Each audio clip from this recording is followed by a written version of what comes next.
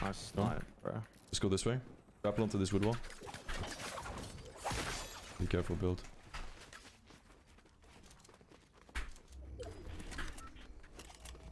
Let's go up.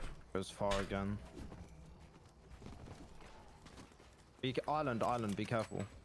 Yeah, you're right. What the fuck? That's crazy zone. I'm 3-5-3. Everyone's gonna be 5x5 in this zone if there's rifts. Team rotating, grappling next to us. Don't open the cone maybe. Just come to me.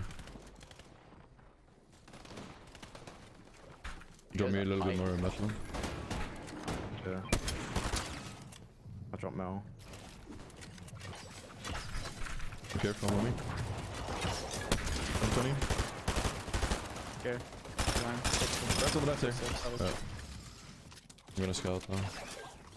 You need to go. There, come. Grab off this brick, grab off this brick. There's nobody on height. You have height, by the way. You have height. Take it. Take Okay. it. Take it. Go up, go up, go up, go up. I'm on heights, we have it. No, look high. I'm low. We're way up. I need to heal. Shopping? There we go. He's dropping. Can you get to me, Mogo? It's chopped. Yeah. About to drop. I think we have it, maybe. Yeah, No, come to me. Yeah. Grapple down to this wood. Get to me. 500, 600 mats. Yeah. 800 mats. Come up. I'm gonna place this cone. Grapple up on this brick floor here. Grapple above. Get to me. Can we look about out again? Look up again. It's hard to drop them, dude. Need to drop me some mats, I'm 3-2 to drop them, dude. Need to drop me some mats, I'm 3-2 to drop them, dude. I'm dropping them. Need to drop me some mats, I'm 3-2 to drop them. Go to fire on high there, I'm dropping them. Need to drop me some mats, I'm 3-2 to drop them. Go to fire on high there, I'm dropping them. Need to drop me some mats, I'm 3-2 to drop them. Go to fire on high there, I'm dropping them. Need to drop me some mats, I'm 3-2 to drop them. Go to fire on high there, I'm dropping them. I'm doing up. Yeah, one's still up. I'm dropping in. It's chopped, he's chopped. 20? I need to. Yeah, I need heals, I have nothing. I'm kind of fucked here. I have 100 wood, I'm dropping him again. I'll drop him again. Oh, I didn't. Build. Hold. I'm holding. I'm dead. 100 wood. Got 2 mats. No way! That's so fucking How are these annoying, kids on man. height so fucking... How do they have so many It mats? was the island. It was the island. I think someone else took it. Like as we were rotating. Or we had 3 builds up there as well. That's fine. That is what it is. Yeah, I just got fucked when I got beamed. I thought there was nobody on height.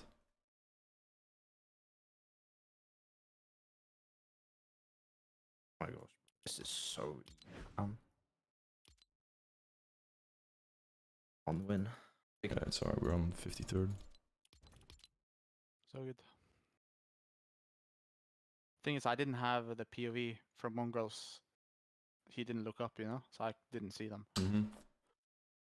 But one I should have definitely said, like, I said it earlier as well, like the island, but didn't emphasize it, I guess.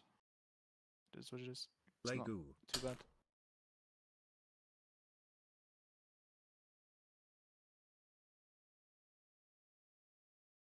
It's 100% the play. If you looked up, instead of building like you did, Savage, Yeah. if one looks up and you chop them, you just, it's over, you know? Yeah.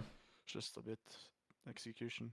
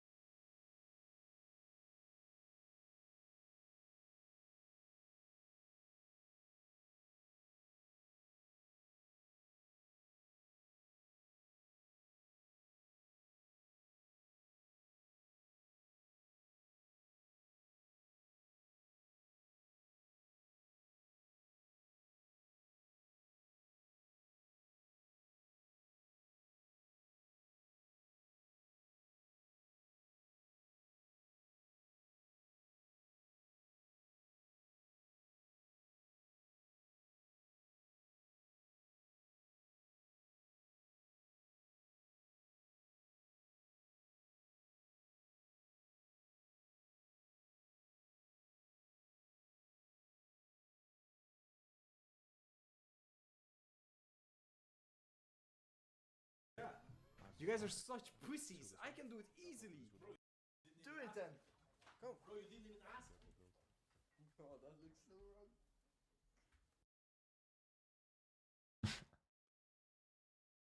wrong. It's fine. Vanya Kick and CNET are called grand finals. Wait, what do you say? Vanya Kick and CNET are called grands. Oh, they won. Mm. Who did? Vanya Kick and CNET. That. Give me a fucking sniper, mate.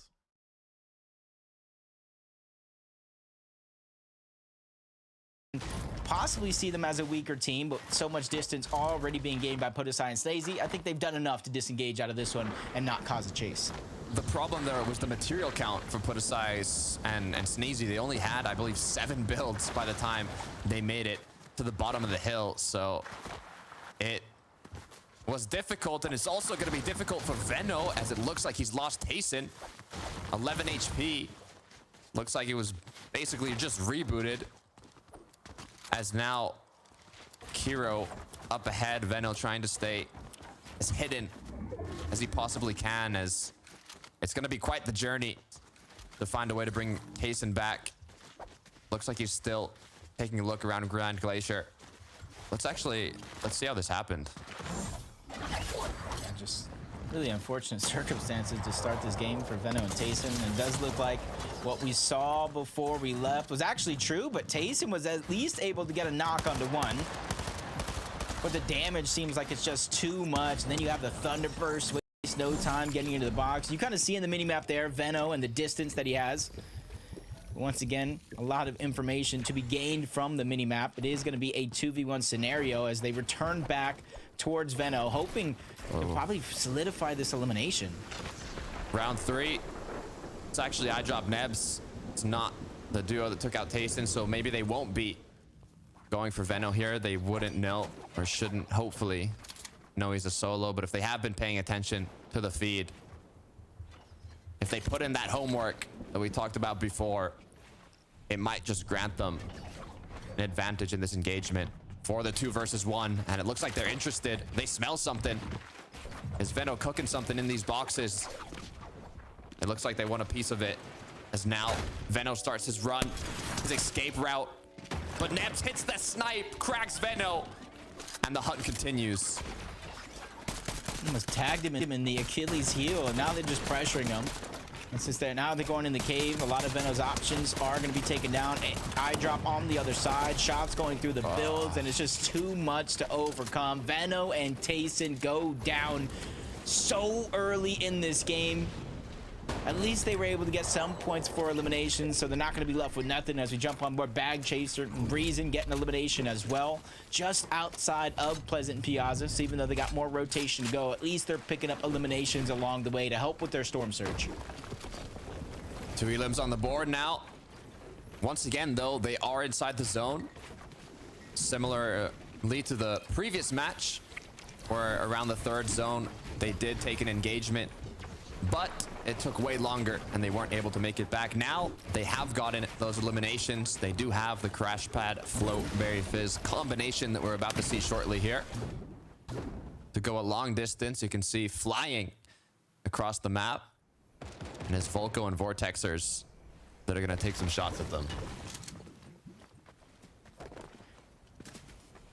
A lot of these players positioned on the southeast of the map right now, Takata, or at least in that direction. Still have more to overcome, but as I see the feed, it does look like Mustache and Malabuka were able to not only get 1, but 2 eliminations, taking down the full team of Seti and Cammy. Oof. Vox is going to be taken down by Thomas and Queasy. They have 3 eliminations, so it's only going to be 1 player of a new team that they've been able to take down so far. You have to remember the 2 eliminations they were able to get on Noms and Cridge off of spawn, so you can see like they might be on the chase. This is how he was able to pick the first one on a Noms. 2 players just spraying into your box, and then you got the Flowberry effect to where it's not really able to kind of box yourself up in situations like that. I'm feeling a bit of fire in Thomas HD right now. I don't know if it's the 3 eliminations or just the way he's moving, but I got a good feeling about this duo. for today. I love seeing that Reaper sniper in his hand. Looks like they're going to be rotating on the edge of Storm here, making sure they're maxed out wood brick. Hopefully can get a bit of metal as they get closer to the lavish here. As now they continue to kind of look around, and honestly, with the 3 eliminations, they don't have to worry too much about damage. It's more maybe even just going to the uncongested side here of zone and getting the safer rotates in, as all they really want now is that victory royale. We can take a sneak peek at the presents that Murstache and Malabuka got gifted here, the extra loot from those eliminations now that they can put good use to. You know, in most cases, I would say teams that started the game in 6th place don't have too much to worry about. They're on a consistent track, at least to qualify to the next stage of the upper bracket instead of falling to the lowers. But Malabuka and Murstache, they have their eyes set on a win here today. They want to go ahead and bypass the entirety of the rest of the weekend, just like Banyak and Sined so far. Are you gonna add mine? And you can see that in zone for now, but they want to get deeper in towards the zone. Crash pad rotate. They went a little bit of 2 separate directions, but the crash pad rotate with the grapple blade, that's not too much of a worry for them as they're quickly on the same track, trying to reunite. But you can see Malabuka is going to be one that picks their position in towards the zone. And what a nice kind of pre-rotate coming up through. They knew it was going to go deep. Probably had some inkling due to Rift Island, so now they can be probably one of the teams that's positioned the best in the zone. I was wondering, was that a miscalculation when they went 2 separate ways, or is it something that I haven't figured out yet? But it looks like they're grouped up now. Wheat Shimoki are going to be the ones on top of the Reckless Railways building here. Have a good amount of vision of the surrounding area. A lot of players going to be rotating through here. A lot of players already boxed up, trying to refarm their materials in the buildings. It's a good place to be to get tags, take shots, even with a train coming through. Hopefully there's no sneaky people hiding on it. Rift Island appears now. Opens up that opportunity to box up the rifts for mobility, or even just try and take the island for that extra loot, or get that damage, as you know there's going to be players around here. Yeah, for them, they absolutely need this loot, because Dre's going to use one of his med kits, all of his bigs, just to heal up to 200 effective shield and HP. So it's almost going to be a must, and you see his teammate just trying to go ahead and farm up while he's capturing. Him and Ricky seem to be the only players up there without contestation, so got to imagine it's going to be solidified. As Shaco's and Sky Dune positioned above SS Double and his teammate. Not the most comfortable position to be in, but as long as they're not trying to push their way upward, might not have too much to worry about. But here in the Flowberry Fizz, that's at least something you got to watch out for. You calm that over to your teammate. You let them know, be careful. They might try to hop up, because information is so important at this stage in the game. It grants that mobility boost, like you're talking about. Jump higher, make it further, and if you combine it with the crash pads, you basically turn into a bird flying through the sky. Shake cost now, Sky Dune. 75 above, not liking the loadout too much. I mean, you've got the weapons, but only 56 shots in the Striker AR. 26 on the hammer pump's enough, but 3 minis, 2 open slots. 75 above. I don't know, the more I look at it, Jacob, the more I get stressed out here for Sky Dune and Shakeoffs, but they've got a pretty good base built up. Not a lot of duos in the surrounding area, though. They're all quite far, and with the amount of ammunition they have, it's not like they can take a lot of shots. Yeah. This is one of those situations to where you either got to hunt down to try to get the damage, as Sky Dune just did, but he just got tagged up. All of that shield. And you can see him just returning back with Shaco's. Hey, maybe I made a little bit of a mistake, but you got to give him A for effort to at least try to get the surge instead of just kind of staying stagnant and letting the problems come to them. Bag Chaser was taken down. Chap might have been a trade between the... One's based up in Piazza. Yeah. Fuck that.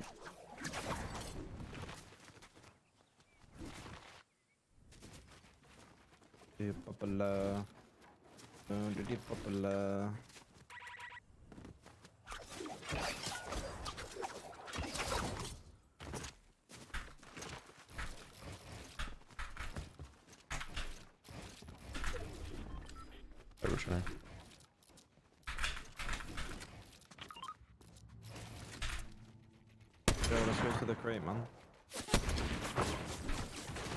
Where is it? Max fucking distance. It's not even a bad. Yeah, but what do we need it for though? There's a team coming south up to you. They might push you if they... As they're going to try and scavenge up what was left over, but be careful from the backside. Players going through their tarp, but Chapwin is going to be able to get out. Khan as well. Now regrouped. It's like a breath of fresh air, a sigh of relief. Even Marine still trying to shoot shots in that direction. So the first two teams are going to disengage outward. But a third one slowly but surely rotates in, and that's why you see Paco and Marine slowly but surely staggering their position. They're 28 below the damage threshold. So they want to try to pop some shots in some teams that might not be the most healthy, the backside of zone. They knew at least the solo is going to be nearby, and that's why they're taking this risk. Zangi towards the top. Shots are going to trade off. Nobody on the team of Paco Marine land anything in terms of Storm Surge, so they're still going to be on the hunt deep into zone, into the same box, and Marine's going to be the first one to pay for it. He's going to get knocked down. And now all those medkits, all that loot goes on over to Zangi and Focus. Medkit being used. Focus now. Recuperating what was lost during the engagement. They've got the damage they needed, close to 300, but now 6 zone is going to appear. It appears far. They have to make a decent rotate now with all the duos already boxed up as well. Pressure is going to be applied as the grapple blade gets used to get on in here, but will the duos in front of them try and hold them? Will they start rotating? It looks like it's a bit of both as Chap and his duo partner rotate. Meanwhile, Austral and his take shots, and now that the first one has came through, they say, I want a piece of that party too. All the other duos in the surrounding area start to take shots. Luckily enough though, it's calmed down. Medkit once again being used, and the rotate will continue shortly, but for Kiro, unable to make a rotate as he's getting knocked down. Kiduo now left as a solo. Yeah, the Surge is really kind of pushing and forcing teams into the action, even if they don't want to, as iDrop and Nebs, they're going to be able to get both of those eliminations so far. It's got to help their Surge, and since they're almost at the top of that mountain, it's got to help their positioning as well. As we tune on Yanis and Flixie, it does look like they got a knock onto Merstash, kind of separating him from Malibuka as well. Before placement points, and you can see the Mythic Lou being dished around. Yanis says, I'll take that one. Medkit as well. And their center zone with all that extra material. So they realistically, Shitagata don't have to move very far. Looking good. They are looking very good right now. 4 elims on the board, mythic loot, 3 medkits, shields, full materials, spare materials to build extra boxes, and can even wait to see where this zone closes to continue to use these mats right now. They could even just build up a little bit for vision, and then as the zones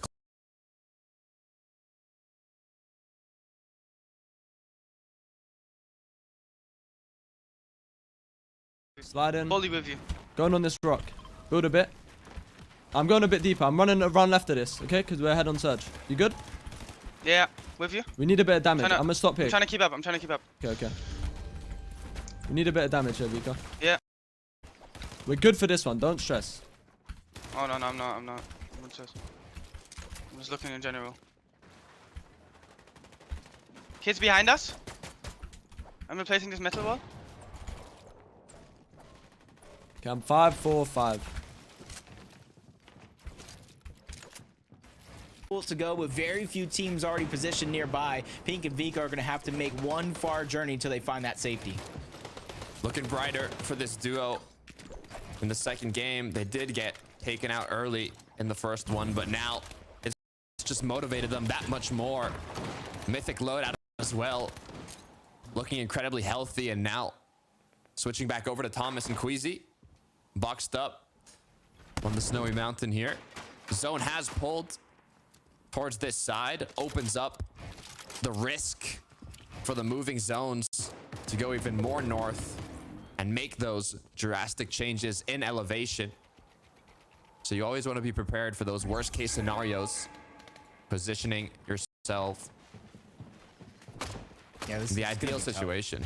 Yeah, this is gonna it be really tough. is. Especially for the teams that might not prepare for those pulls. It's okay now. The zone's already there. It's not going to be moving. But if you don't prepare for the different possibilities, we've seen it throughout the past 2 weeks alone in the qualifiers, let alone in Fortnite's history, that It's going to be a roller coaster of emotions if you don't get that pull.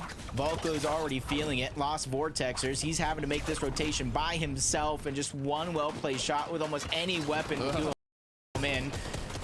And he's running out of builds as well. The stacks, the odds are all against him here, but at least he found a crevice inside of the zone that he can hang on to, pause, think about what he needs to do next, and formulate some sort of strategy. Flowbray Fizz getting put to use, fizzing up his little crevice, but the unfortunate news is that there's no materials. You said it yourself, fizzing up his little crevice, but the Jacob, one shot, it's all it's gonna take, and Volko is out of the game. But now with the 70 shield, Oh, tough. I spoke a little too soon there. I had hopes, but Weed and Shimoki took those hopes from me, as now they've got another Elam on the board, and I see Malabuka close by. Didn't see Merstash. I saw Malabuka though. Curious to see what is going on there, as Thomas Queasy quickly getting ahead of zone. It has pulled even more east, getting closer and closer to those drastic changes in elevation. And I'm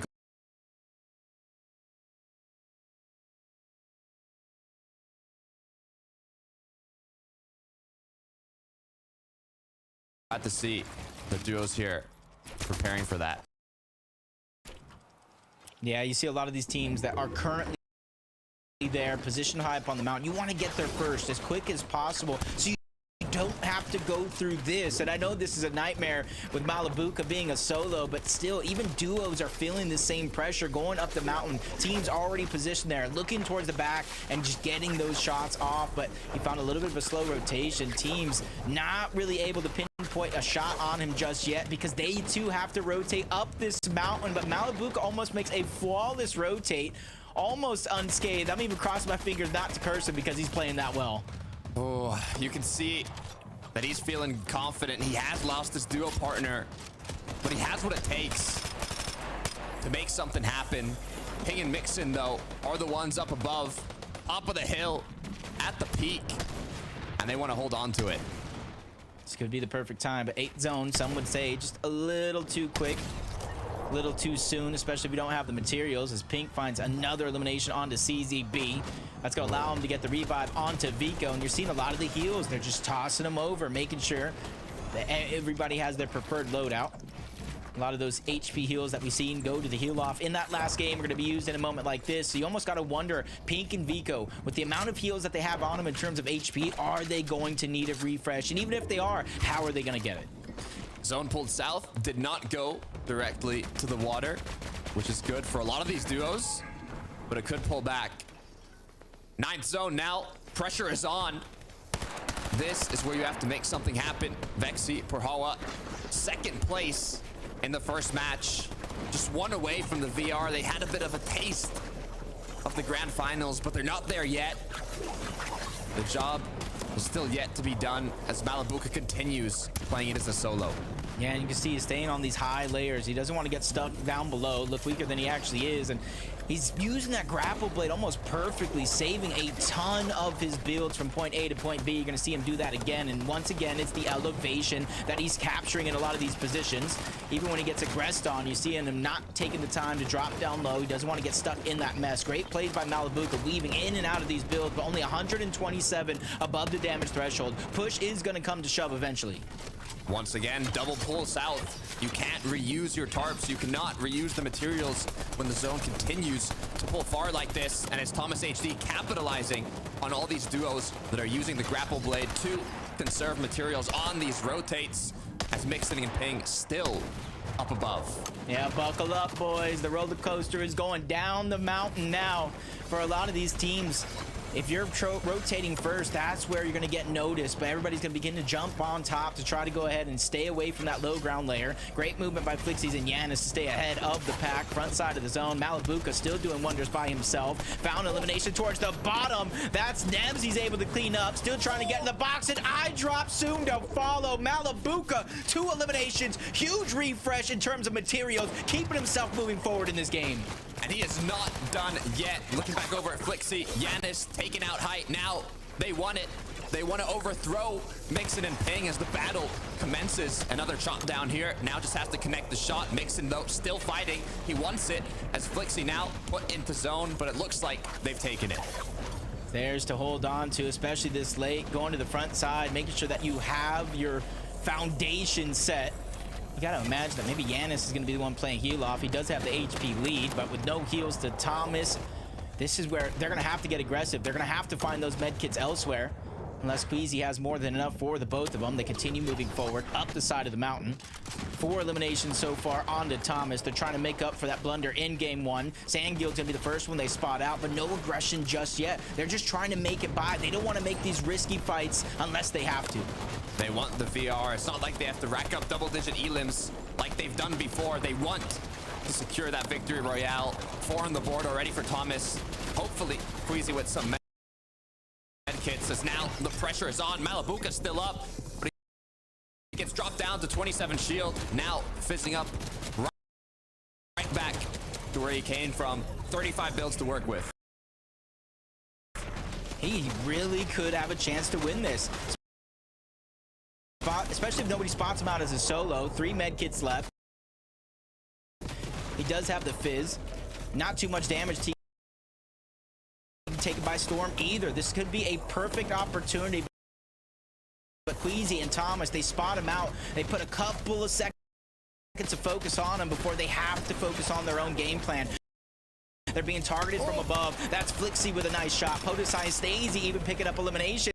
And this is all with a 1 HP Flixie causing this much disruption. 1 tick to get taken out by the storm. Pink down below, Queasy down below. It's all Titans, it's veterans up right now. 4 duos, 6 players. Pink as well with 1 HP. 2 players now with only 1. Malabuka in zone. Thomas gets knocked down. Queasy with 5 medkits looking to take it home. This is gonna be it. Queasy versus Malabuka, they're close by. Giannis towards the high ground. He's healing off as well. We saw Flixie pass him over the medkits because he was too weak to make this a possibility. Giannis is still going deeper and deeper into the zone, trying to look for those medkits. Malabuka and Queasy, they're roommates at this point, essentially on the low ground, healing off, but eventually one of them is gonna run out, and I do believe Malabuka has a few less medkits than Queasy. We saw he had a total of 5.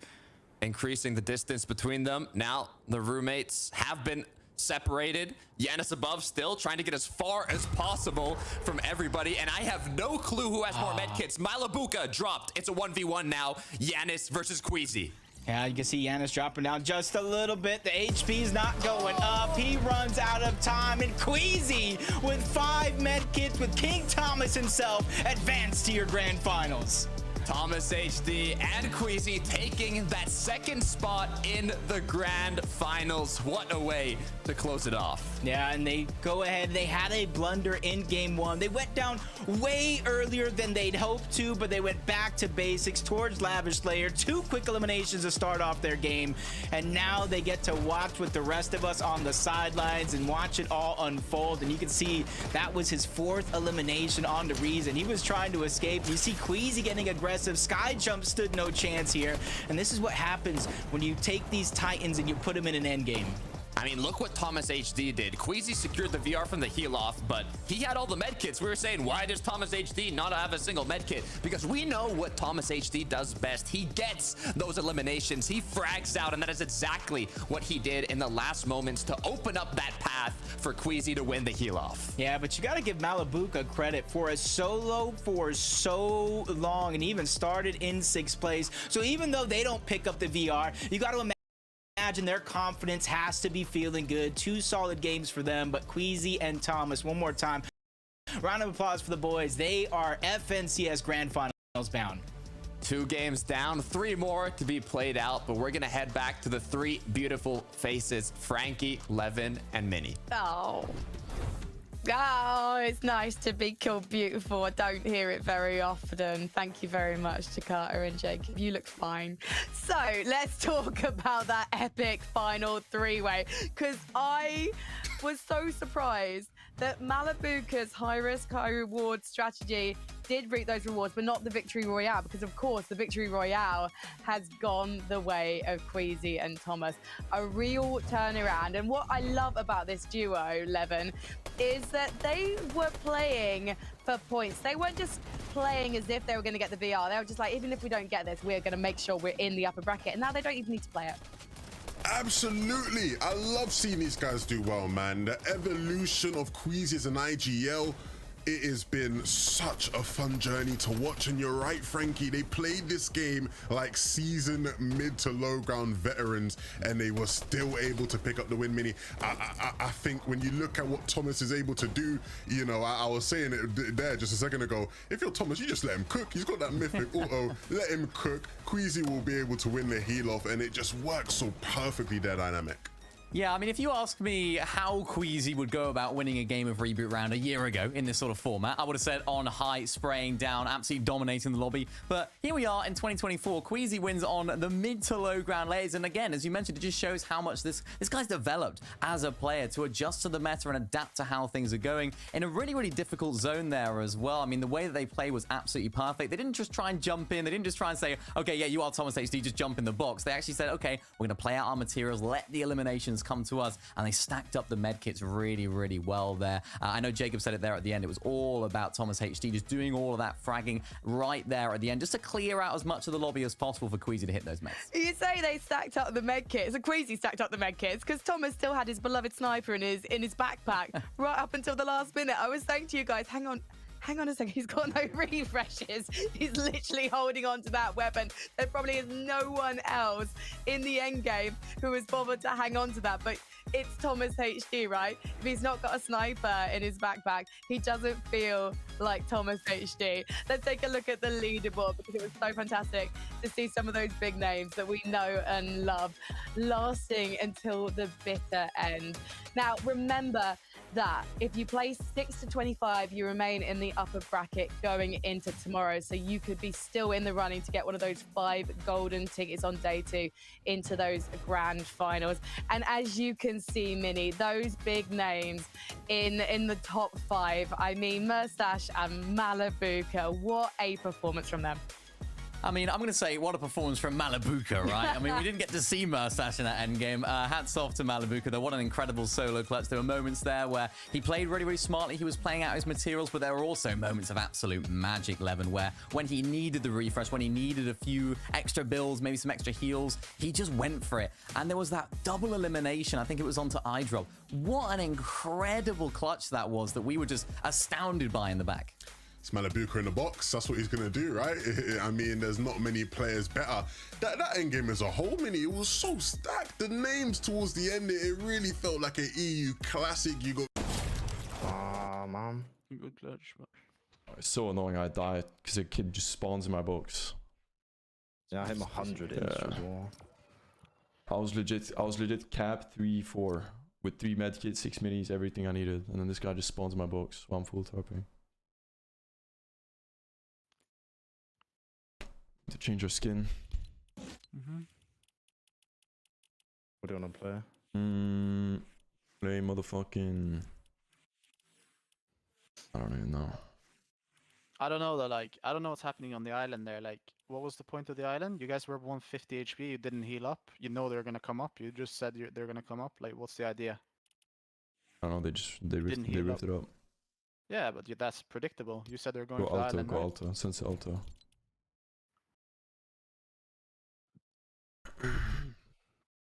Yeah, I should have, I just started refarming Insta. I should have based up on the fucking highest thing, you know?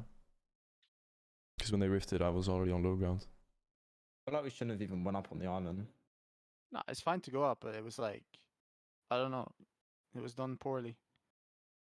Didn't heal up, weren't ready to fight.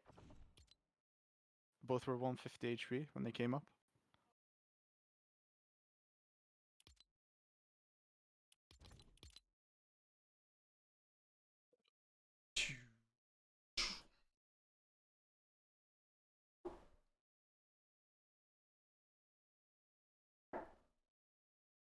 It's fine.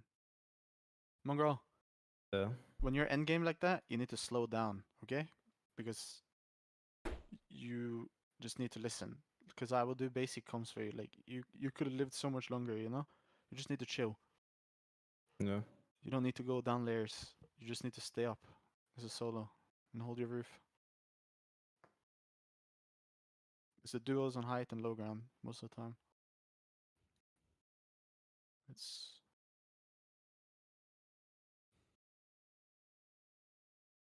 but need practice, you know. Yeah. So good. Top 6 is fine.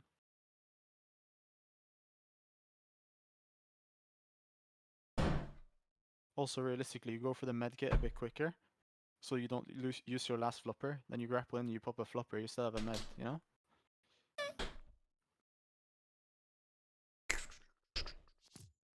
Okay, new game. Let's go.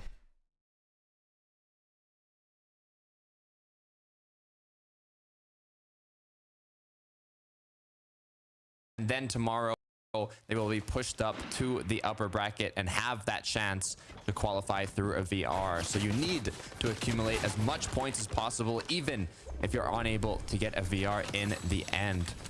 Taking a look now at some duos that, with only 2 builds to work with, I mean, it's how these early game situations normally come to play if you take those engagements right off the start without spending as much time farming up, looting up, but looks like they have a bit of time to take a break. Man, you can see the way that we're looting right now. Lazen was keeping an eye on them down towards the pier. They switched off while he has to farm up because you made the call of low on resources. Now the flow barrier in the crash pad trying to gain some elevation. This is Andalex and Sato's best chance to try to back him down. 2v1. First shot's gonna land, but he takes some damage himself. Back to back, but it's not a ton of damage until that shot hits. They got him down to just a sliver of HP, and he's trying to get out on the heels. Even take some extra roots going through the window. Finally catches his opponent. That one's gonna get solidified with Andalex just right outside to reunite. An easy elimination, and just as it comes through, Lazen, he disengages towards the west. His teammate goes down, and he doesn't want to be the one to follow. Oh, he's running. Lazen is out of there. He is gone as Andalex and his duo partner with the player advantage. Resin, bag chaser, 2 elims on the board. Snooty has been overtaken now. They have a lot of freedom to continue looting, continue farming, getting those dream loadouts, and just prepping for the end game. Let's actually take a look here at how they got these elims. Yeah, interesting to see them get more and more aggressive as the day goes on. Diox is trying to make a cheeky play, but he's just by himself. He was at least able to get that first knock, but when the numbers are that stacked against you, sometimes there's almost nothing you can do. Really so much, you know. It gets difficult. For Cringe, though, Noms, it didn't go their way in the last match. It was Queasy Thomas HD that took them out, but now, with them having qualified, it's a bit more freedom for this duo. You know they were happy when they saw them get that VR, as now it opens up a little bit more flexibility in the early. I feel like I have that shocked face right now because what you just said, the spots have opened up. It's something I feel like we didn't talk about enough during the course of the day, that when a team qualifies, their POI is open, their drop spot is open, and if it's already garnered at least 1 VR on the day, who's to say it won't do another? But with them gone, you got Crimson Nodge, Razumi and Zoom here as well. And then another team slowly but surely rotating in toward the south, and if they want to take a bite out of this fight, they definitely do have the option. And with the medallion not gone just yet, Razumi and Zoom, you can see them just taking their time. They're not forcing it just yet. They want to make sure they have the materials just in case this gets into an extended fight. Also, for clarification, when you see that leaderboard and you see the 1,000 points, that is from the Victory Royale, and like we were just mentioning, having qualified directly to the grand finals. So currently, if you're looking at the leaderboard, 3rd place Janice is 1st place, not having counted the Victory Royale. So we'll see if they can maintain that, or even just take their ticket to the grand finals with the VR, as it looks like now they've just taken out the NPC at Reckless Railways here.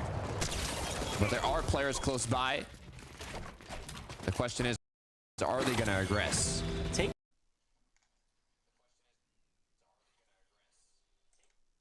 Just crazy.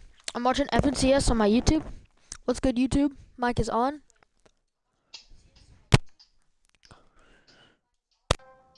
I won't be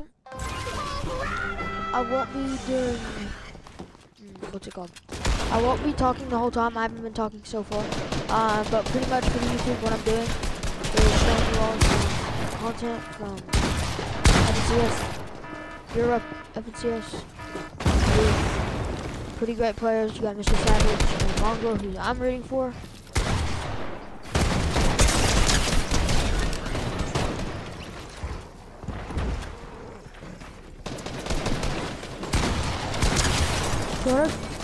Oh my goodness.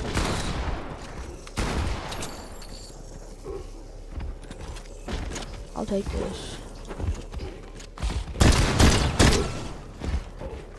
200. Full back.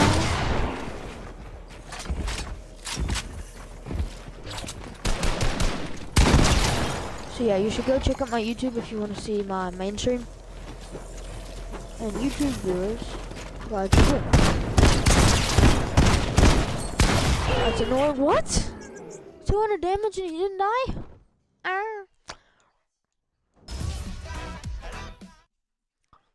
Okay, I'm gonna go back to the FNCS leaderboard. 6 seconds till zone starts closing. Hugging the edge of the zone right now. High zone for Strokey. Gonna begin their rotate.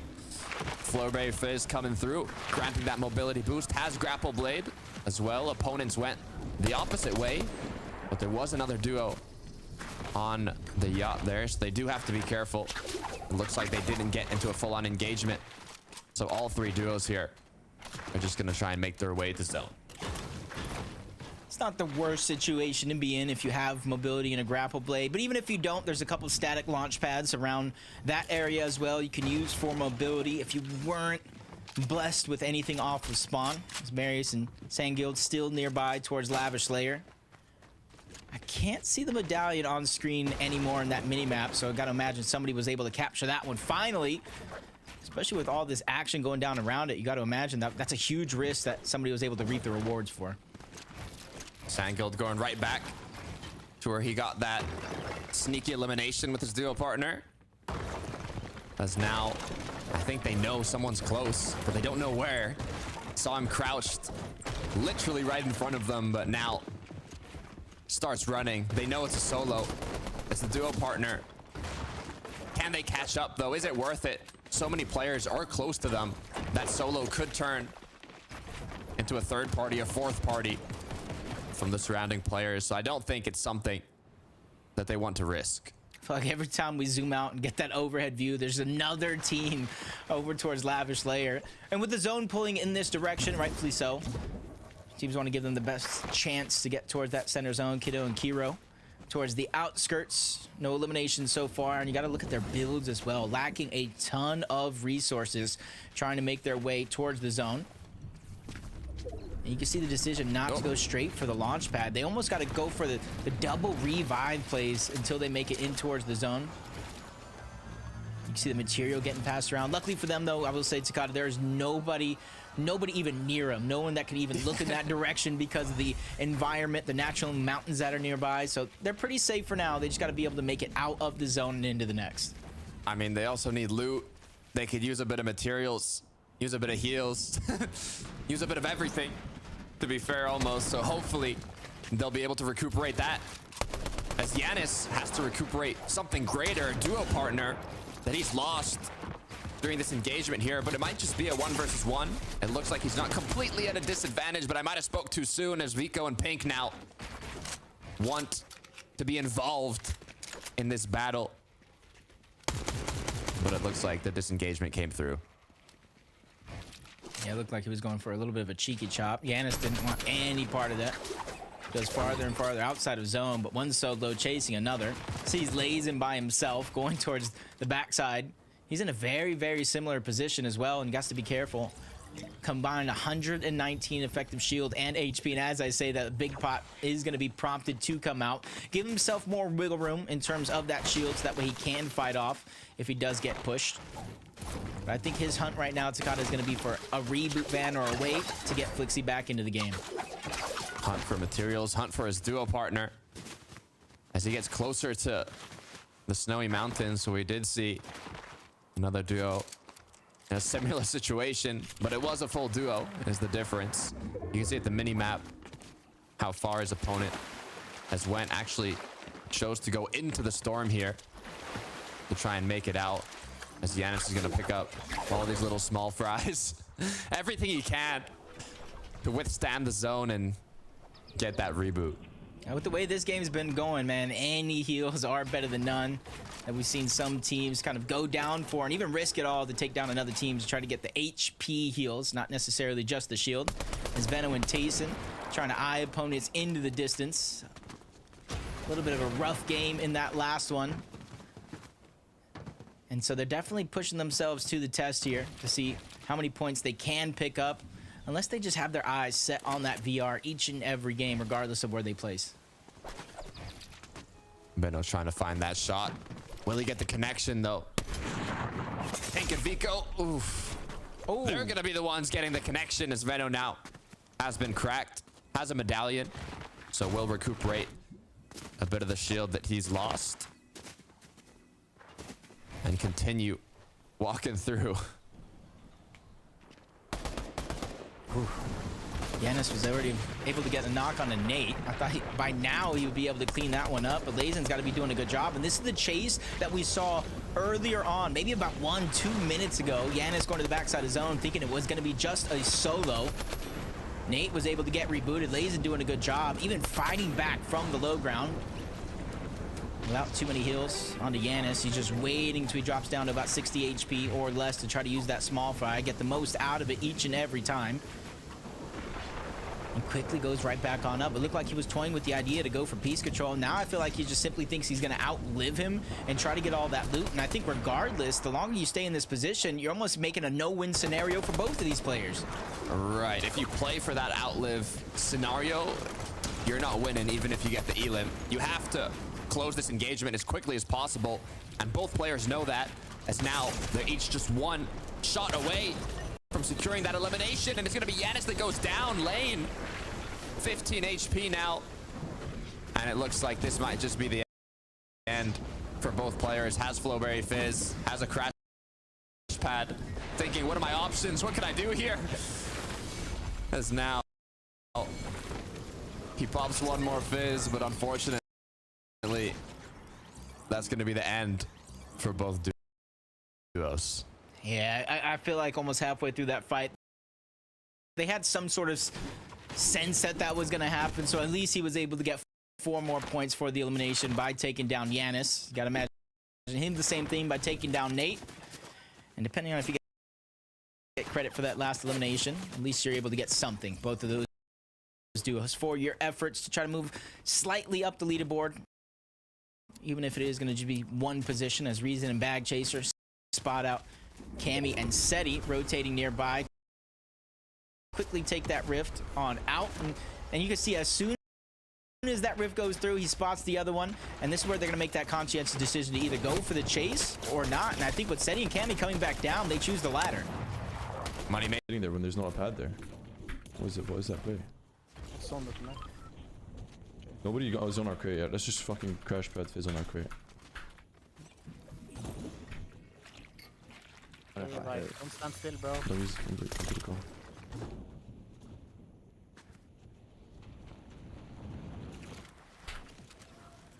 They're chasing us. Behind us on satellite. That might bomb you. Yeah. Tied me a little bit. They're playing so weird. They must How know much it's metal do you us. have? 250. Yeah.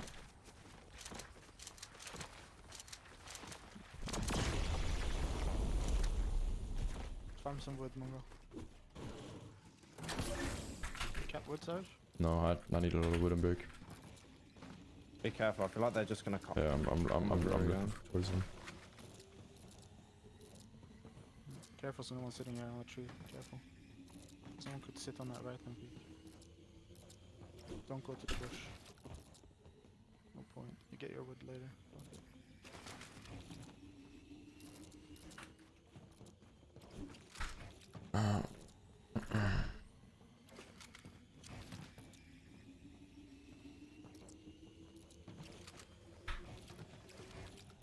We're fine.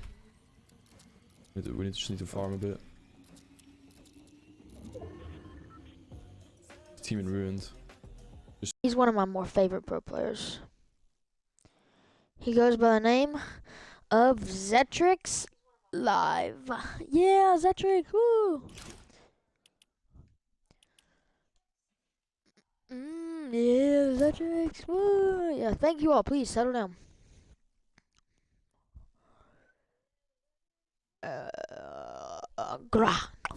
We going ha, gra.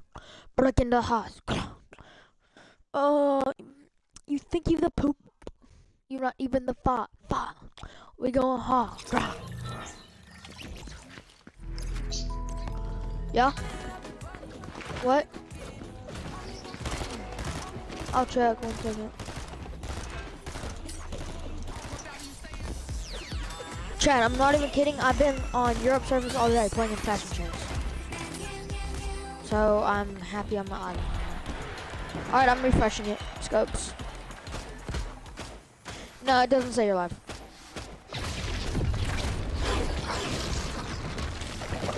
Can you find your own live stream? Are you on your own live stream?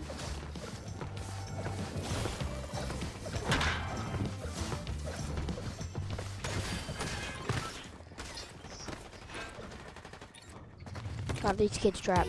Not going anywhere. Let me try to reset you.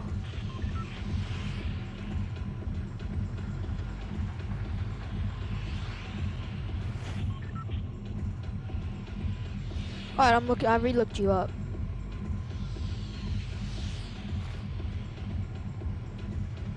No, it's not working.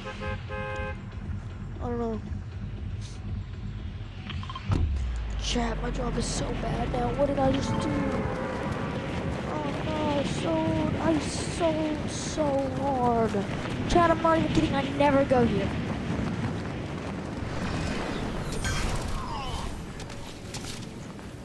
I haven't been here in forever.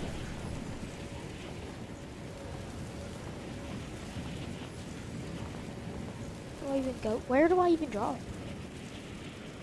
I wanted to go smoothie. Scope, should I record a video? Would you help me record a video? Like, will you record it for me?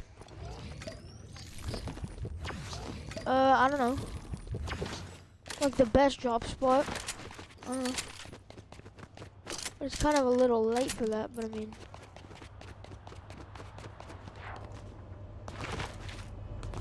Better a video than no video. Yeah, you see me dripped out?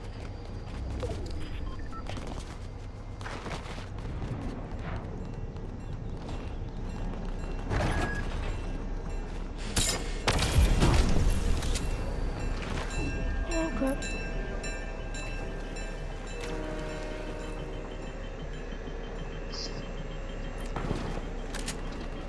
Blood is not sneaky. I'm so dead, chat. What am I thinking? He has full health already. Not much at all against the knock. This could be it. Is it too risky, though? They know that there's players close by. They have the option to try and get the finish in the loot. Wow. This is just one of those situations. This needs to go down to around 44 players when this zone closes. Almost 20 individual players need to go down before Storm Surge shuts off. Carmi and Lucia, they're well above that damage threshold, but they want more for their efforts. Lazen's knocked at the bottom. They're able to finally clean that one up, leaving Lox by himself.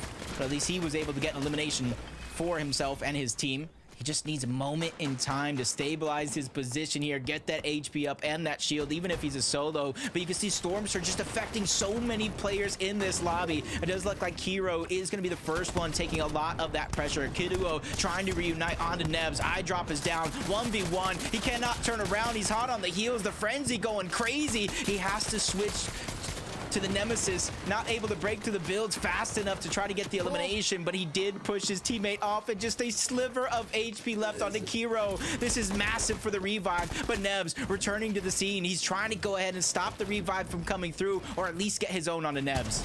Kiro has been picked up, and also Nebs gets taken out. Kiro now back in business. recuperated materials, 3 medkits, have minis and bigs. They can get their HP and shield right back up to where they want it to be. But with the zone closing in, they're on a time constraint. They have to rotate at the same time. Hopefully, there's not too many duos looking back. Veno Tayson as well in a sticky situation. Has lost Tayson. Veno is a solo now. Hits a quick hammer pop shot, but it's not enough for the knock, as now the battle continues. Gets cracked, 50 HP, 1 shot away from getting eliminated. Veno, you have to make something happen here. Yeah, this is not situations that you see Veno and Tayson in so often. They're trying to disengage, and again, before placements go in, they go down. Another scoreless game for Veno and Tayson. The struggles continue, but you gotta imagine Malabuka and Mustache gotta be smiling ear to ear, back-to-back good games. They take another superstar team out of the lobby, making their road to the VR that much easier. Vico, as a solo, has lost Pink, but full materials, 150. Good shields now, picking up the med kit. Gonna use it and pick up the crash pads to rotate. No grapple blade in the inventory, so the crash pads are gonna be what is going to be used to rotate. Not even any flow berries or flow berry fizz to get that mobility boost, but if you can make good use of the crash pads, it could be all Vico needs. But with so many duos close by, with so many players rotate, having to do a long one as well, it's not going to be easy. Yeah, but he's still doing a good job right now. 283. Luckily for him, he does not have to worry about Storm Surge. He just has to worry about getting point A to point B, and some well-placed crash pads going to make that a possibility very easy, and immediately goes on the hunt for information, peeking through the cone, trying to spot out which teams are positioned around him, so when he makes this next rotation, he doesn't go through all that chaos. You see Moneymaker position not too far off. And this is where a lot of those decisions are going to be made in the next couple of seconds as the zone continues to move. Ninth zone now appeared. Where is that first moving going to go? It's going to go west. First duo to capitalize it is Malabuka Mustache. They want the low ground as well. Looks like this could be it. Resin now. 2 on the board, continuing to take shots. Players trying to figure out how we're going to get through here. There is a bridge on this rotation. It shouldn't be too much of a hassle for these duos, but you never know.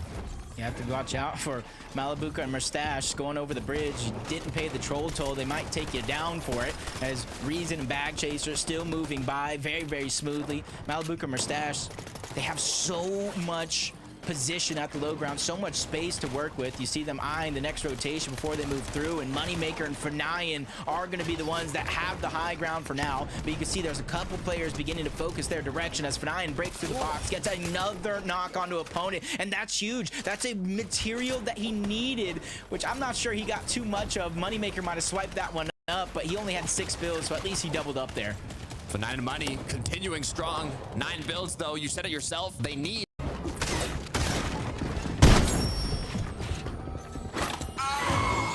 Alright, back up to you. Tayson, Dane, and YouTube Jet, what is up? So sad, I'm just not doing anything. I play smarter, not harder.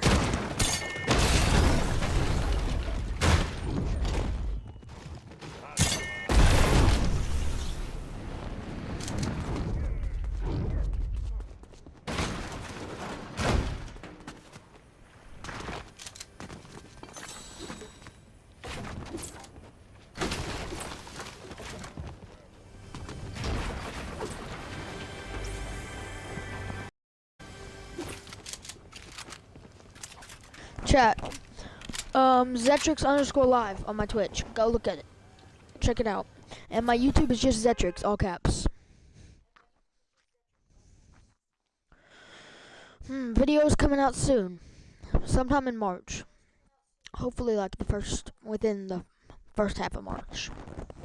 Then I have a montage coming out March 25th. So, a lot to get ready for.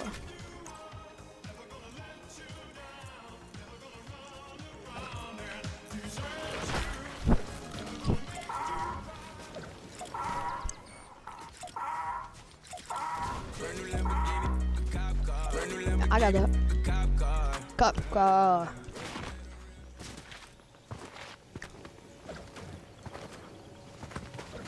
Okay, well, don't let me. Aim training. 3, 2, 1, go. Oh, wow. I'm so crazy good today. For sure. Okay, chat. Ready. Base drop spot right here. You drop here, you listen to what I say, and you'll live. If not win the next World Cup. I'm just kidding.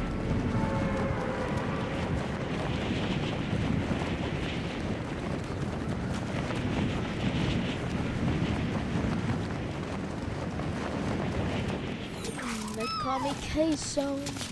Yeah, it's cause my face, yo. Oh, oh. They call me Queso. Oh, oh. It's cause my face, yo. Yo, yo. Oh. Got the red hair, I don't give a care. I'm a flat player, I'm a big lair. Look at my lair. Look at my hair. Give me that flare, yo. Call me Queso. They call me Queso. My lover calls me Queso. Not to chip, you're chipping me. You got too much dip on your chat. Do not let me be the next Lil Wayne. I'm not that guy. Clearly you can hear.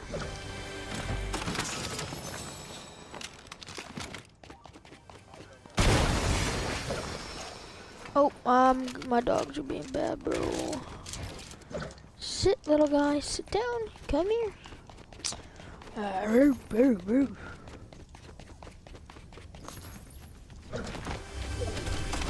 Footsteps right here, and someone right here. Be aggressive because now I have a good shotgun. Found a good angle and grab this because it's a way better AR.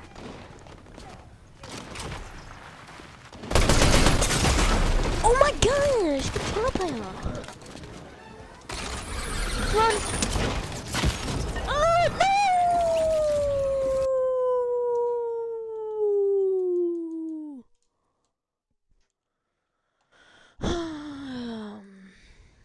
How important it is to get these med kits, and for Prohawa and his duo partner, the second time they've got second place. Jacob, I'm feeling bad for this duo. They need to make something happen.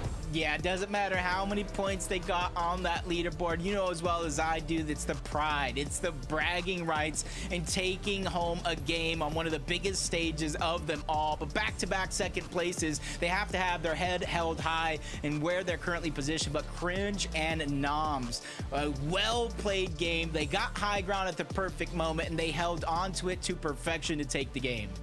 What a way to close out game number 3. With only 2 games left, the players now have to figure out what their game plan is for the next steps. Jacob, I don't know. What do you think they're thinking? What's in their head right now? I feel like Lavish Layer got to be in their head. Back-to-back teams qualifying from that POI, especially this game with how stacked it actually was. Over 4 or 5 different teams rotating in that direction within the first couple minutes of the game. And now at least they don't have to worry about it. They can watch all the action unfold. But I want to take a look at that leaderboard. Frankie, Mini Miner, Levin, what is it shaking out to be like? Well, I can't wait to see myself. And I've also really enjoyed seeing your faces on screen because you both look absolutely fabulous tonight, or I should say this morning, because the boys are coming to us from America. So they're not just gorgeous, they're also heroes too. But let's talk about the hero heal-off in those final moments, Mini Miner, because Cringe and Noms, they did get the high ground early. They're in an advantageous position and they managed to hold on to it. Yeah, fantastic stuff from this team. And I mean, that was the benefit of something that we've seen today, right? Where a team qualifies through Queasy and Thomas landing contested at Lavish Lair. That now leaves Cringe and Noms uncontested at Lavish Lair, which gets them all of that off-spawn loot and everything that comes with Lavish Lair. It allows them to have so much control over that POI. Now, though, the question is, who's going to go there now? Of course, now that area is actually uncontested, so there's going to be another team going through, but a big congrats to Cringe and Noms, of course, coming through with the victory round. Absolutely, man, and even bigger celebration for them. It's going to be their first FNCS final ever. Neither player has made it to an FNCS grand final, so what a way to do it. I'm sure Queasy and Thomas will be fuming at that. they never want to be contested, right? So they're the only 2 people right now that aren't happy for these guys, but nevertheless, a very impressive win. And I think, Mini, you're bang on the money. The big question now is who takes Lavish Lair? That is not a POI you can just leave uncontested for anyone to have. I'm so curious at who's it going to be to really just step in there. I want to know more about these mystery men then. So it's their first FNCS Grand Final. Minnie, do you know much about the cringe? All I know is he's definitely a young one if he's using the word cringe, because they brought it back from the 90s. Yeah, someone that I've seen performing quite well throughout the season. I've seen here and there. You know, this is what this format's all about, bringing up some undiscovered talent, maybe. I've seen him play with different players as well, landing at Lavish Lair throughout the entire season, it seems like. So what I like is that they're not intimidated by some of the bigger names like Queasy and Thomas, and I hope that continues into Grand Finals. I hope they continue to say, you know what, we're happy to land here, and I mean, getting a victory out of there's got to be a good drop spot for them. It's working. Well, Lavish Lair is going to look very lonely indeed if people don't twig that drop spot is now free to party. But let's take a look at the leaderboard and find out who might be tempted to change their drop spot. Cringe and Nums are through, so they won't be playing again. So let's cast our eyes to 4 and below, because Pachawa, he has come so close now twice in those final heal-off moments. He must be absolutely kicking himself, Levin. Oh no, honestly, it starts to become a mental game, right? Where you're just thinking, come on, like, okay, give us a break, especially when it's coming down to heal-offs, right? Because it's like, you've done your part, you've acquired your med kits, you know, you're just really praying at that point, right? So it's like, yeah, I really hope we don't just see them like tail off now, right? I hope they can keep coming back, because ultimately you keep rolling that dice, they're eventually going to roll the numbers they want and qualify through. But still, again, as long as they stay here, they'll get more chances tomorrow if it comes down to that, and they have been playing incredibly well today. Anyone else? Oh, go for it, Minnie, go for it. Consistency for this team, so important, right? If they do end up making it through that day 3, then they'll qualify. Absolutely no doubt. It's just whether they can turn those seconds into a victory royale today. It's tough for them. It's really, really tough. But I think they can qualify no matter what. Looking at the other duos who are currently in the top 10, I'm thinking about Vico and Pink. Actually, I didn't even see if they were in the top 10, but so far it feels like they've come close. And Vico is a player who is someone who could potentially solo clutch if he has another game like the last one. Yeah, absolutely. I think he just ran out of gas a bit too early there, right? No mats here. He's picking up siphon mats, weren't enough med kits, but it'll come to Vico. He's that kind of player. He'll just keep going again, and I think we'll see these guys in the end game more. This is a team that, I mean, we saw a little bit of a Vico clutch right there. We saw a little insight into what Vico can do as a solo. One of the names we didn't actually mention at the top of the show that someone could come out with a solo clutch today. Yeah, I mean, Vico is one of those talented players that can come up with something magical, so no doubt that he'll do something again. But can he do it in game number 4? Because we are ready to head back to Jacob PR and to Carter. Just 2 more games are left, Jacob. The stakes are getting higher and higher, but not just for the duos that haven't got a victory royale yet, for the duos that are also not in the top 25 currently, because if you don't get top 25 today, you're going right back to the lower bracket. Pressure is on, battle bus is ready. Let's get into it.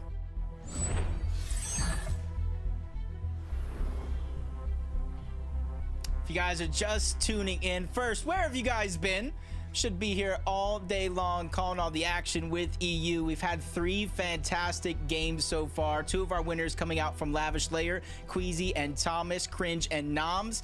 And then Sined and Vanyak started off the day in game 1 with a huge win. And with only 2 spots left, Takata, I challenge you and the chat. Who are going to take those 2 spots?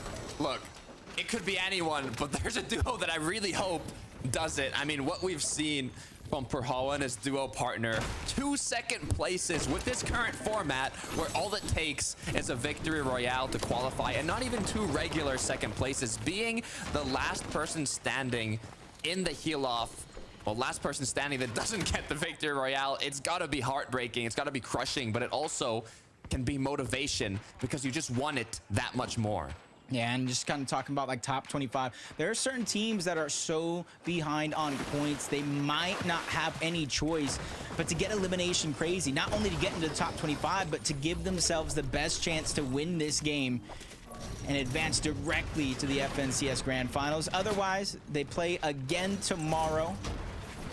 either the upper or lower bracket, depending on where they finish. Takata broke that one down already. His Classy Courts has a couple of teams nearby. Perhawa and Vexy are the ones that's starting over on this location, and already off to a great start in terms of loot, but from one fight to the next, S double trying to break into the box. Marius just has a sliver of HP, but that's all you need to stay alive. Even with the elimination being cleaned up, he immediately ends up in the same box. Sangil takes a huge shot. Both players are actually very, very low on HP and shields. If SS double, since he has a huge lead in HP, continues to play aggressive, this will be his chance to win not just a 1v1, but a 1v2. He continues to play aggressive into the box, Takata. Sangil is now on the back foot. It's all up to Sangil. 114 effective HP and shield. Disadvantage in terms of it. One mini's been popped, but it's still not enough. Gets dropped down to 23. Frenzy shotgun.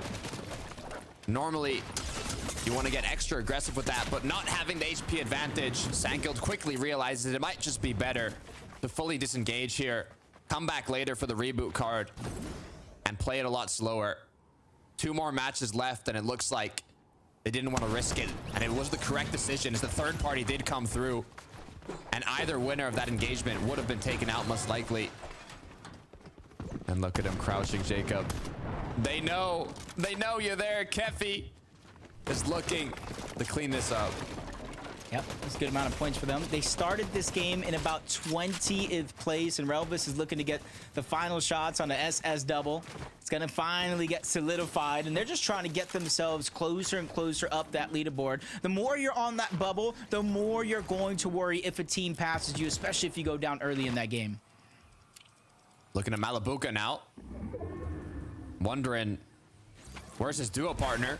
Where's Merstash? Merstash is watching as he's been taken out. They are contested at Fencing Fields, and it looks like it did not go their way in this match, and it looks like their opponents want more than just Merstash. They want to finish the duo off. They want Malabuka, but how much will they chase to make it a reality? Yeah, you can kind of see it instantly that they stopped running after him. Probably running back to where they took down the first player, and we're going to be able to see it. Chap's able to go in, trying to catch him off guard. Really have him down and knocked as well, but Merstash just a sliver of HP. He gets caught on the other side. That was Khan, Chap's teammate, who was able to solidify that one. Medallion and the loot as well. That's a huge win for them. Kiro now. It's Pink and Vico who have been taken out. Like the first match, the aggression came through, but it did not go to their favor. It's Kiro and Kiduo now, 2 elims on the board. On the peak of the snowy mountain. No duos very close, but there are some far away. Good news is this time around, they are in the zone. It is the first zone though, so it is covering a majority of the map.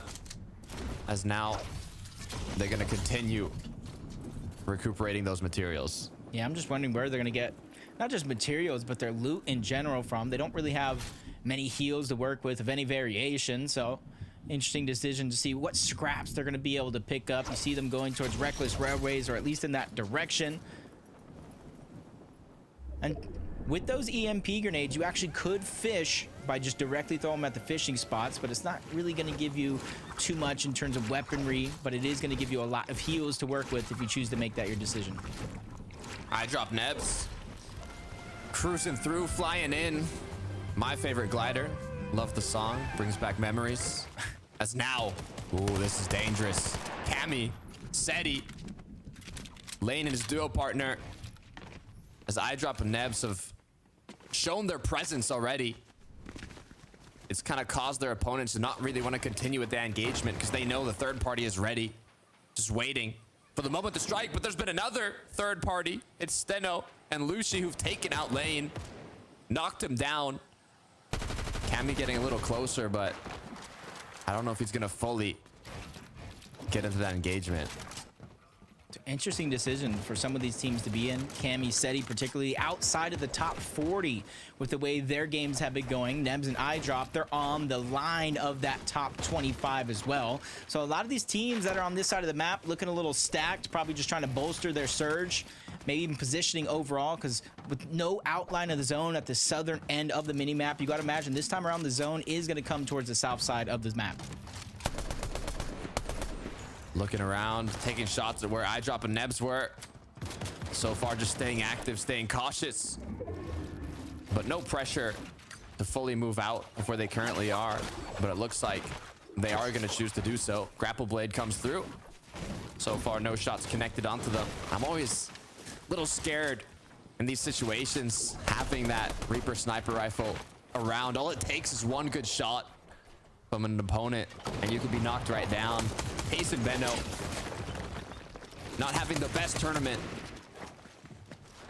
but still, you could go from the bottom of the leaderboard, 50th place, to qualifying to grand finals in just one match if you end up getting that VR. And this is a duo that's more than capable of doing so. Yep.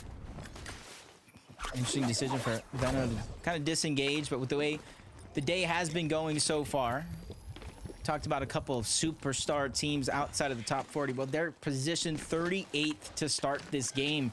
For Venno and Tayson, they have 22 points. It's almost one of those situations to where if you're not necessarily looking for that first place spot, you can play consistent throughout the two, have a couple top 5 games, advance in that top 25. Or if they're not necessarily going for just points after points after points in each and every one of these games, it might be a win in your in situation that you described one too many times already. Taking a look at the magical number 2, the magical duo for Hara Vexi. You know they want it more than ever right now. Their loadout, though. Needs one berry. I got a crate here.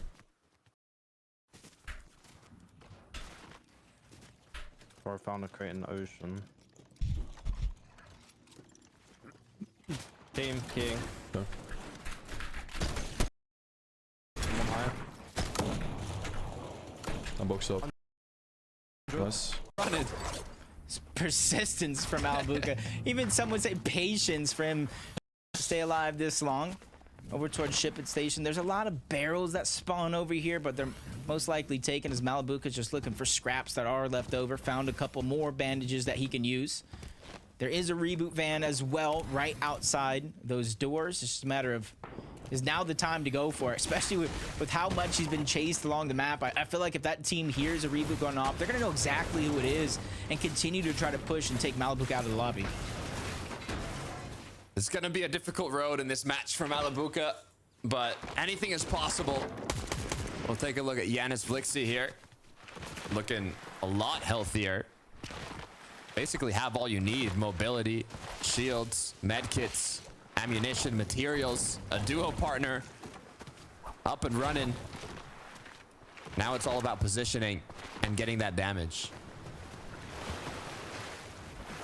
I just gotta ask, like the Enforcer, we've seen some changes to the Enforcer, and I've seen it a lot more this time around. Is it just that's what you kind of picked up off your drop spot, or is there something I don't know about the Enforcer?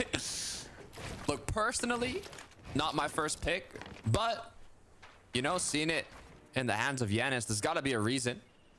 Everybody has their preferences. Everybody has their favorite weapons and options, so, I mean, maybe we'll see how it works in the hands of an elite player.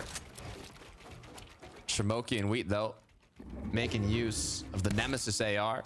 Legendary. Right on the edge of zone. They have an extra med kit as well. So they have the luxury to kind of stagger themselves if they do want, if the zone does kind of pull in an unfavorable position.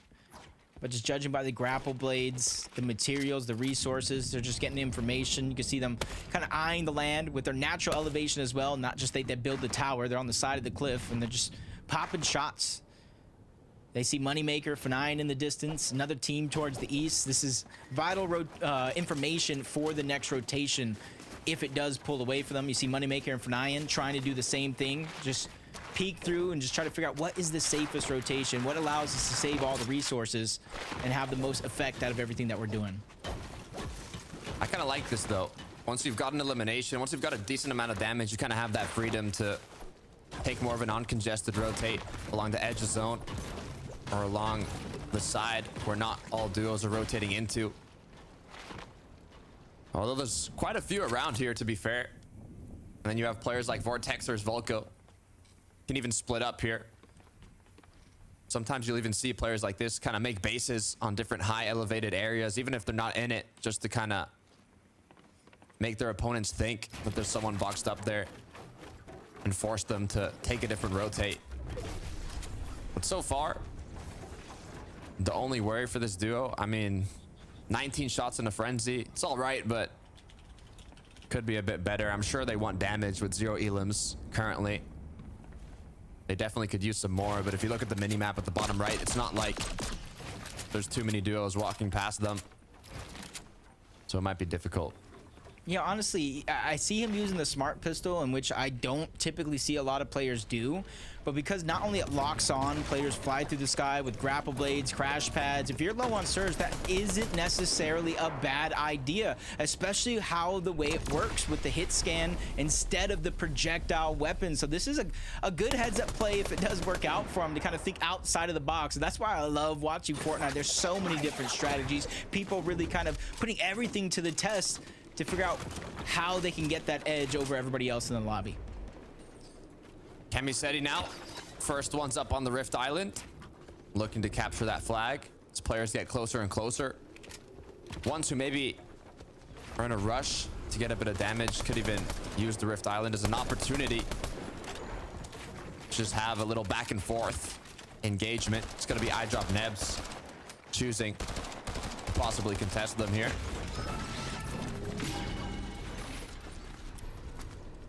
Not in time to kind of get the loot just yet, but you can see that they have the highest elevation, the ability to kind of see everybody else.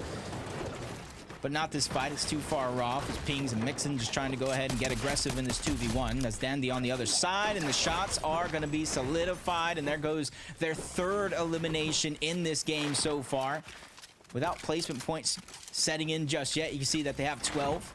You can see the leaderboard in terms of points.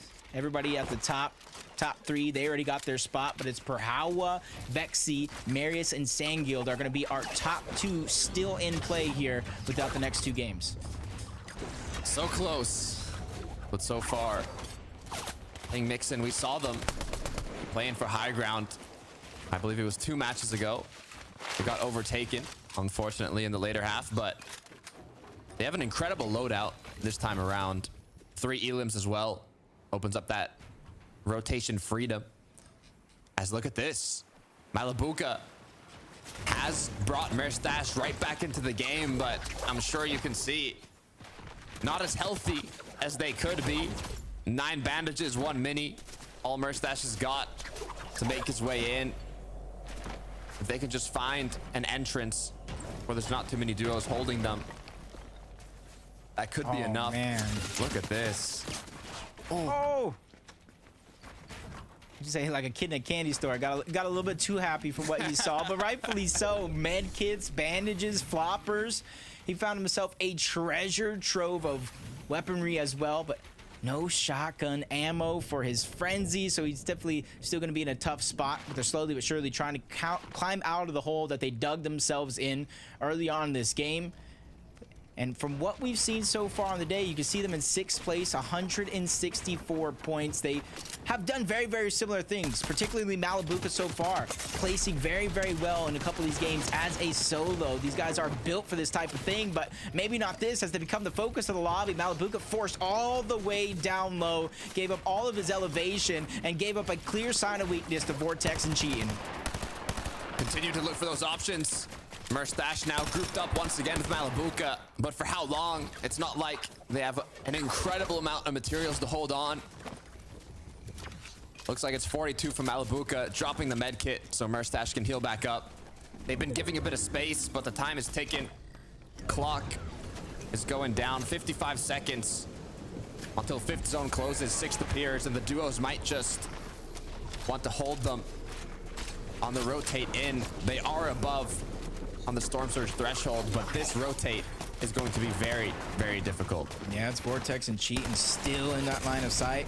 But Merstash and Malabuka, they're in a position right now where they feel like they have to go for the fight. Merstash instantly goes down. Malabuka's able to get the knock. That's going to be a trade. But the focus comes in from the other side of the zone, and it's all on the Vortex. Malabuka's just trying to stay away from the direction in which those shots are coming through. Still applying pressure on another angle. It's basically a 2v1 still, even though Malabuka gets the elimination. His teammate goes down, and now he becomes the focus towards the outside of the zone, but it's not too much of a worry. You see him going deeper and deeper back there. With those 3 medkits, I think it's the second time we get a reboot for this duo back into the game. Round 2. Look, that was a 1v1v20. Jacob, what was going on there with the amount of pressure that was being applied from the duos already in the zone? Malabuka making the correct decision with the 3 medkits to say, I am going out of there. I am going to take my time. I have the medkits. I have the damage, but I don't have the duo partner. Is going to be able to pick up some floppers, a bit more loot now. But playing it out as a solo, I mean, to be honest, I've got faith, Jacob. If he's able to make it back in zone, which is going to be the most difficult part of the match from him here, you can see the amount of duos that are on the borderline there. But if he's able to do it, he might just be able to make it through the end game. Yeah, I'm not saying nothing. I feel like I cursed him last time. My lips are sealed this time around, but with so much action in this small zone, you're seeing another elimination by Skyjump and Ryzen. Looks like he might go back-to-back. Paco oversteps his welcome. He goes down as well. Dropped to just 2 HP. You know how frustrating that is when you go down to somebody and you spectate and see just 2 HP. I could have done 2 more damage by sneezing on him. 1 sneeze could be enough to take him out. As now, once again, zone starts closing. Pressure is on for the duos on the edge, and it looks like in this match, there's so many duos that have had a difficult rotate, but Malabuka is not done. Trying to bring Merstash back in the game. It's Sangild on the opposing side trying to stop him. Is there enough time? Is there not? Malabuka decides no, there isn't. Rotate continues. 6 zone now. It's DKS. It's Vox up ahead. Looking like a trio here. What is Malabuka gonna do? Is he gonna play for the engagement? Is he gonna play for the rotate? As now, he might just be able to box an opponent up, but everybody trying to rotate, trying to do what they can to make it into zone. They're not even taking shots at each other, Jacob. They're just rotated. He's like, nah. I'm not Malabuka. I'm your teammate. I'm your teammate. Just keep rotating. And he finds a way, almost unscathed throughout that rotation to make it there. And then you add in the fact he's over 400 damage above the Storm Surge threshold. And guess where he's looking right now? He has his eyes set on another possible reboot van scenario to get Merstash back into the game. I've never seen persistence like this coming out of a duo. But if anybody can make it happen, it is going to be them. Look, the 3rd time is the charm. Is that saying going to become a reality? Malabuka's thinking, do I do it now? Do I wait till the zone starts closing and the opponents start rotating? Do I wait for someone to take an engagement? Do I just risk it? Risk it might be the option. You hear the sound. The reboot's coming through. Steno Lushi close by. And it looks like nobody is going to contest them. And the only other real team on height is busy with Andalex and Sato. That's Wheat and Shimoki. This might have been a huge successful reboot. Skyv's just trying to take some shots. He does not land a single one. And this is a story right here, Takada. I am ready and willing to watch unfold here in this game. Malabuka was revived more times during the qualifiers than any other player in the upper bracket. And look now how the tables have turned. Malabuka picking up Merstash. Something's up with this duo. And reboots, they never give up if they end up continuing this road, this path to success, and getting the VR in this match. I'm gonna lose my mind, Jacob. I'm still not saying nothing. I'm not gonna be the one causes their downfall at the end of the day, but I will say they're playing phenomenal here, and this was a grand final. We'd all be cheering them on, but Giannis, very, very similar position as Malabuka was in not too long ago, but he's by himself trying to break into the box, catch somebody off guard, but he sees nobody but a pile of loot, and I like the decision to not get too greedy here. He has more than enough to work with in terms of materials. The only thing he's really missing is HP to regain outside of that medkit. 64 above. Zone now, 8th has appeared, east side. Train going right through the duos. As Giannis close to Malabuka, Merstash, they're even looking like they're getting close and close to height, but they need those materials. They need some impact frags of refresh. As now the double pickaxe comes through, they want the aggression, they want that elimination. Can they make the dream become a reality? They get one. Is it enough? Do they want more? As it looks like 0 builds on Malabuka. The refresh was not the impact that you'd hope for, but there it is. The split came through, 61. This is enough for the zone. They are back into the game like they were never in the position we saw moments ago. We won't even speak about it like it never happened. 500 above the damage threshold as well. They're continuously climbing, putting themselves into position after position in which they can succeed, and now they're in the top 25. They got placement points. It wasn't much, but now the points are going to begin to roll in for every team that goes down. What a run so far from Malabuka and Merstash, and they are just getting started. As they continue to take shots around them, Shimoki on the other hand, no shield to work with. Wheat as well, low. Medkit's being forced to pop, 34 below. They need damage, they need a heal. They need almost everything in this current situation. And with the clock ticking, duo partner down, Shimoki has to make a miracle happen. That's Malabuka Merstash on the other side, and they waste no time making their way into the box, taking down both Wheat and Shimoki, and now they're maxed up. Max mats completely. Grapple blades, medkits, shields, everything that they need and more for this next zone. And then you add on top of that list, they're closer to the front side than anything else. With so much work so far, 6 eliminations, they could be the team on top here. But it's iDrop and Nebs, they're gonna be the ones that are actually on top. High ground is going to be theirs, going over multiple mountains. They have the recipe, they just need to cook. 205 above, quick pickup now. That's an impact they wanted to hold on, but there's still players above them taking shots. They don't have that ultimate high yet. As rotates now come through, 9th zone, first moving. Commences, Benno Tayson still up. They've had a rough start to their upper bracket, but can they make a comeback now? Just 2 more matches left.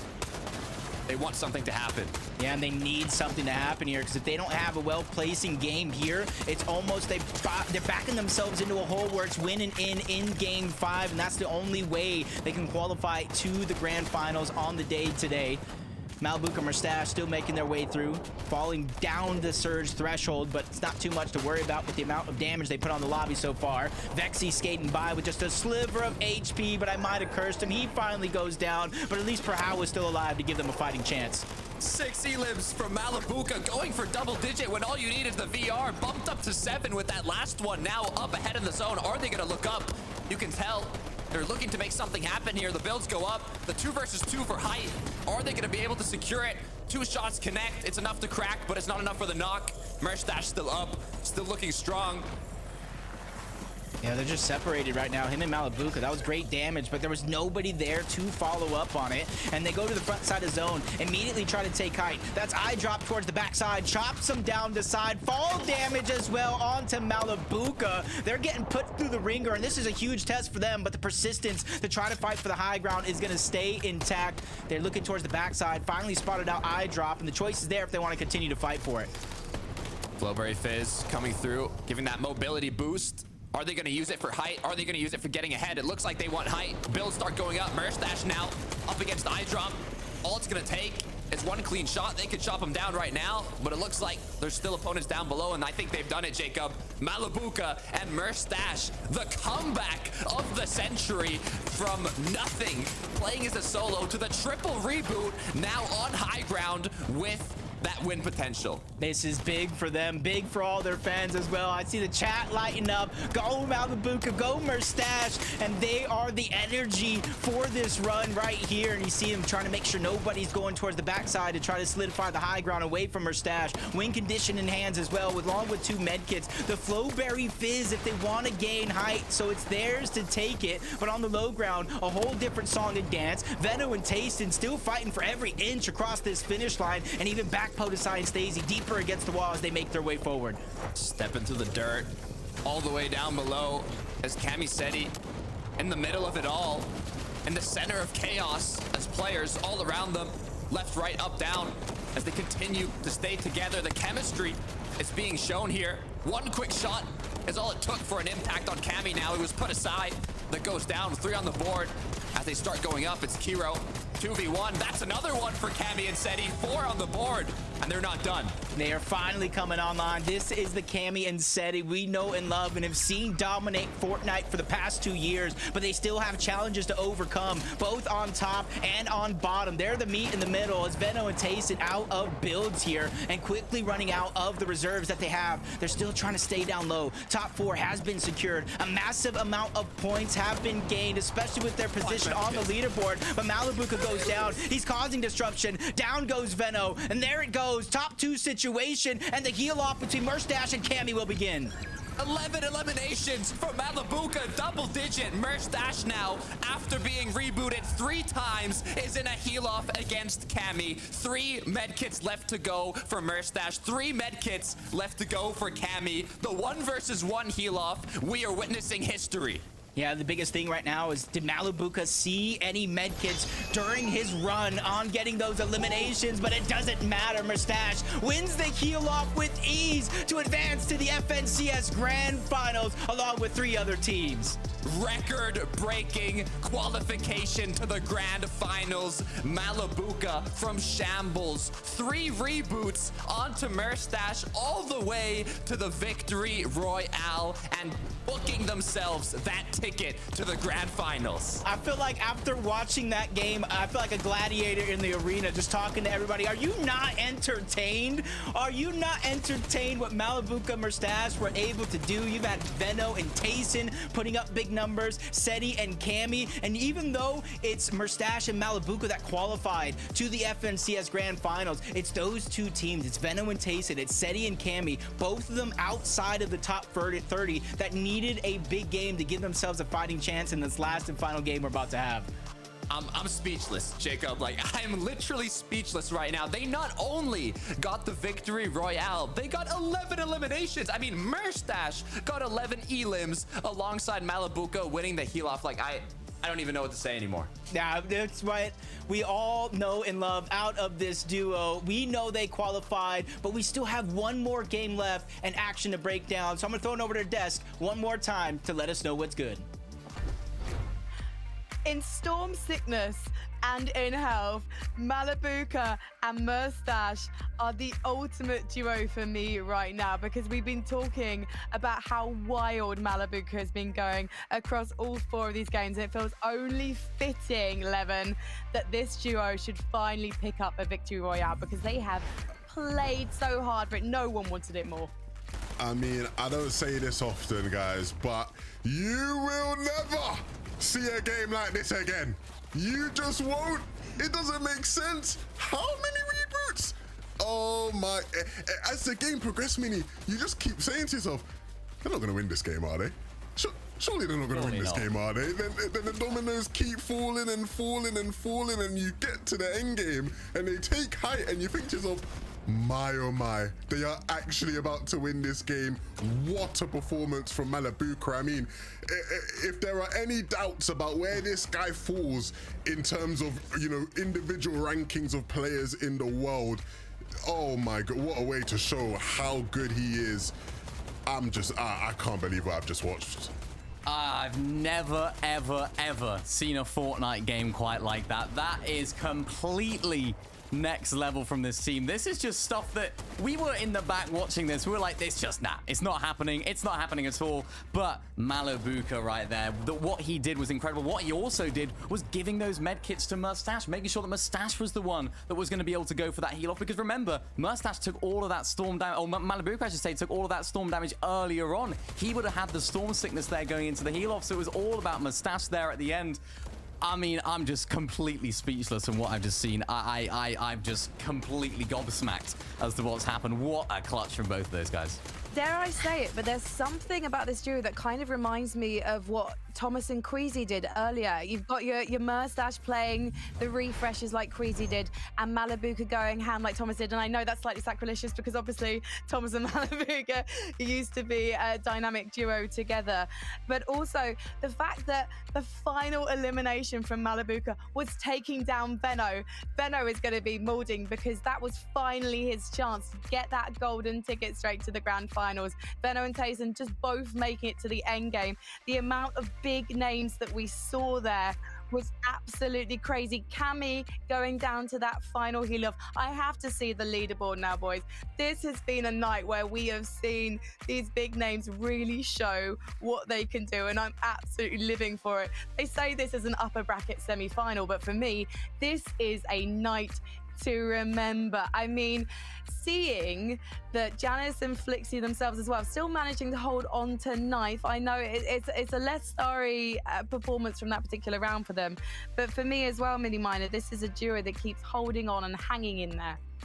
Yeah, they're trying their best, but of course, you know, all it takes is one victory round, right? We still have one more game to go. I mean, just...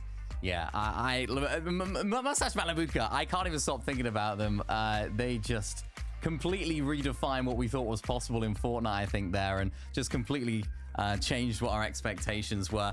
Almost a little bit of a throwback to what we expect from Mustache and Malabuka, all the way back from like chapter 3 times when they were back playing together. It just screamed, you know, never giving up, always putting that extra leg in and just doing stuff that you wouldn't expect any other team to do. So going to grand finals for that team, that's certainly someone we're going to have to keep a very, very close eye on, because even if they look down, they're certainly not out.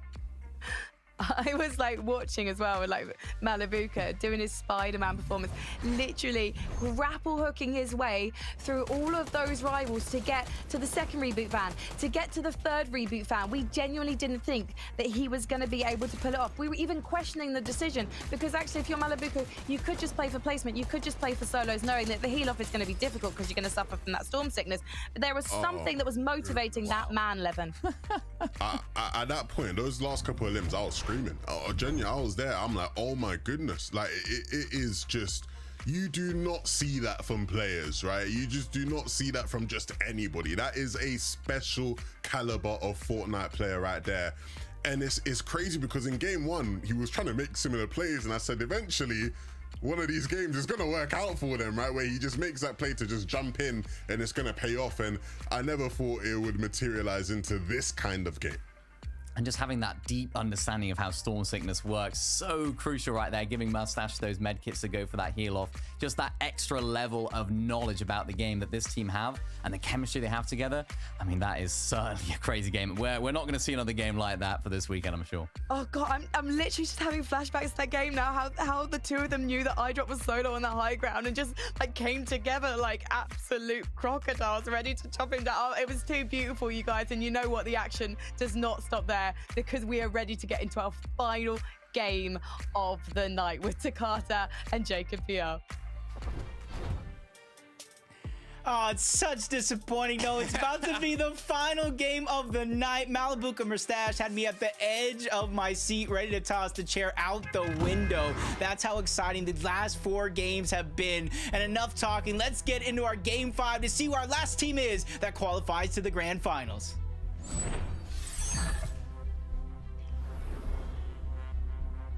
The conclusion of day 1, upper bracket, 5th match of the day. Top 25 continues day 2. A victory royale grants you a spot in the grand finals. For the players in the lower bracket competing today, top 30 is what they want for day 2 uppers. This is just day 1 of 3 of the semifinals. And where you're at in the leaderboard means so much where you finish here on the day. If you don't capture that victory royale, and you kind of saw the leaderboards holding the line after 4 games. Nebs and iDrop 25th place at about 84 points. And you see them getting aggressive. They're really to lay it all on the line here. That's Pink and Vico. One of them's gonna go down. That's Kiddo and his duo ready to take down Vico as well. They have him so hurt. 35 HP. They continue to move forward. Different walls. They get into the box. Down goes Pink. Down goes Vico. They are out of this game, and Kiddo and Kiro go ahead and stand 10 toes down and hold their position. Right off the bat, instant action. And 2 eliminations for Kiddo Hero. Vico Pink gonna be taken out. I'm actually trying to remember, Jacob, where they were on the leaderboard to see if they're likely to make uppers or lowers, but 12th. I think they've got it. 44. It should be able to hold. We'll see. Fingers crossed. But for Resin and Bag Chaser, it's got to chase more than just the bag. Has to get that VR. A lot of teams here are put themselves in a win and you're in situation. Leaderboards do no longer stand a chance. As we move on over towards Lavish Layer, 2 of our winners came out from this POI, which opened it wide open for others to begin to slowly but surely move in. I feel like after game 1, you already had, or after game 2, Razumi and Zoom started to move in. Now Art Skill and Astra is moving in.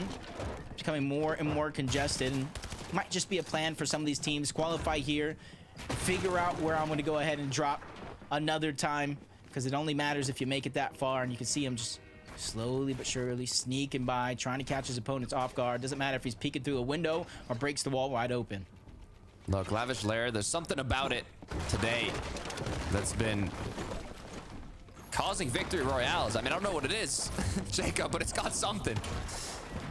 And will it bring another VR to one of the duos here?